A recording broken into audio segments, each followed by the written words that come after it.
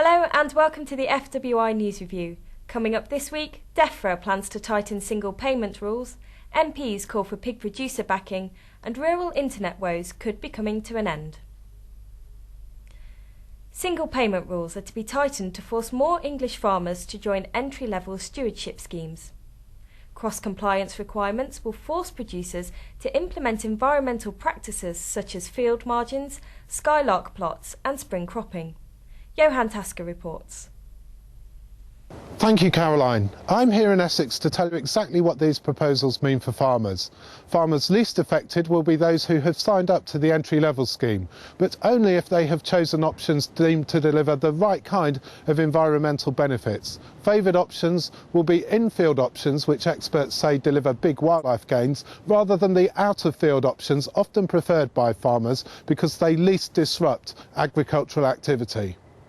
So we're talking about favoured options being those like this field margin, which you can see here, or skylark plots, or overwintered stubbles, or spring cereals. Out of favoured options will be those such as the protection of historic farm buildings, or the protection of archaeological sites. Farmers who are not in the ELS will still have to implement in-field environmental measures, but they will not be compensated for it. They will have to join the ELS or implement those measures at their own expense. There will be a public consultation later this year, and the intention is that the proposals will come into force in time for the first ELS renewals in 2010. Now back to you.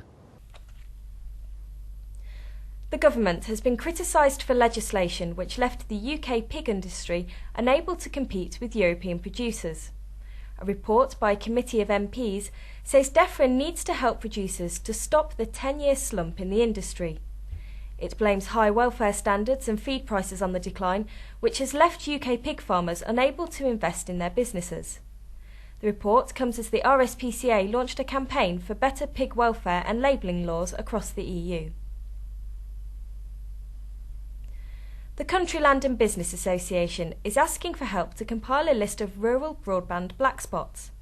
It says claims that broadband reaches 99% of the population are wrong and wants to work with BT to help farmers overcome slow dial-up connections. Now, judging by the response we've had on the forums, a lot of FWI readers are having broadband frustrations, aren't they, Isabel? That's right. People often move to the countryside because what they want is a slower pace of life. What most of them probably don't realise, though, is it's not just the pace of life that's slow, so are broadband speeds. Take Paddington Bear. He says, "I've been trying to watch the FWI video roundup.